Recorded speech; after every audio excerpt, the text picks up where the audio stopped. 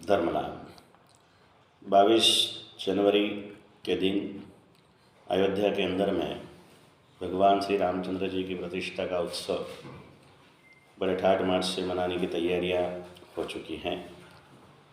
राम जन्मभूमि का ये उत्सव सिर्फ अयोध्या में ही नहीं, लेकिन जहाँ जहाँ राम प्रेमी बसे हैं उनके घर घर में और घट घट में ये राम प्रतिष्ठा का महोत्सव मनाने की तैयारियां जोर शोर से चल रही हैं। राम कोई एक धर्म के नहीं, सर्वधर्म के समन्वयकारी एक भगवान थे। जैन शास्त्रों में भी रामचंद्र जी का सुंदर सा इतिहास संप्राप्त होता है और वैसे भी जैन शासन भगवान के साथ साथ भगवान के जितनी ही पूज्यता गुणवानों के प्रति धारण करता है। श्री राम भगवान तो थे ही थे, लेकिन उनका भगवत स्वरूप का मूल कारण उनमें रहे हुए कई विशिष्ट गुण की उपलब्धियाँ थी। गुणवान के कारण वो भगवान बने।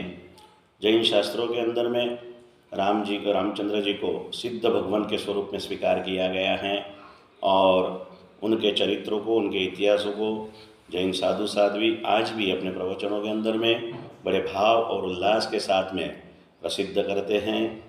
राम ये कोई व्यक्ति नहीं, लेकिन एक शक्ति थी और राम ये कोई नाम नहीं, लेकिन एक उच्च आदर्श था। राम के नाम में, राम के जीवन में वर्तमान सारे जीवन के मार्ग छिपे हुए हैं। राम जैसे जिए थे उसका आलम्बन लेते हुए हम सभी ने अपने जीवन में अगर जीने की कोशिश कर ली तो हमारा जीवन धरती पर ही स्वर्ग जैसा साबित हो जाएगा। राम के जीवन के अंदर में कई सारी विशिष्ट उपलब्धियाँ थी। परिवार के प्रति प्रेम था, गुरुजनों के प्रति आदर था, छोटों के प्रति वात्सल्य भाव था और भगवान की भक्ति उनके हृदय के अंदर में भी प्रतिष्ठित थी। स्वयं भगवान होते हुए भी उन्होंने अपने गुरुजनों के प्रति अपना विनय भाव बड़े रूप से निभाया था। अपने माता पिता के प्रति उन्होंने अपना विनय और समर्पण भाव बखूबी निभाया हुआ था और इसी महान गुणों के कारण राम भगवान बन गए। बाकी तो राम नाम में बहुत सारी शक्तियां हैं और इस शक्तियों को प्राप्त करने के लिए जैन शासन में और सर्वधर्मों के अंदर में सर्वधर्म समभाविता के कारण रामचंद्र जी आज सर्वमान्य हैं।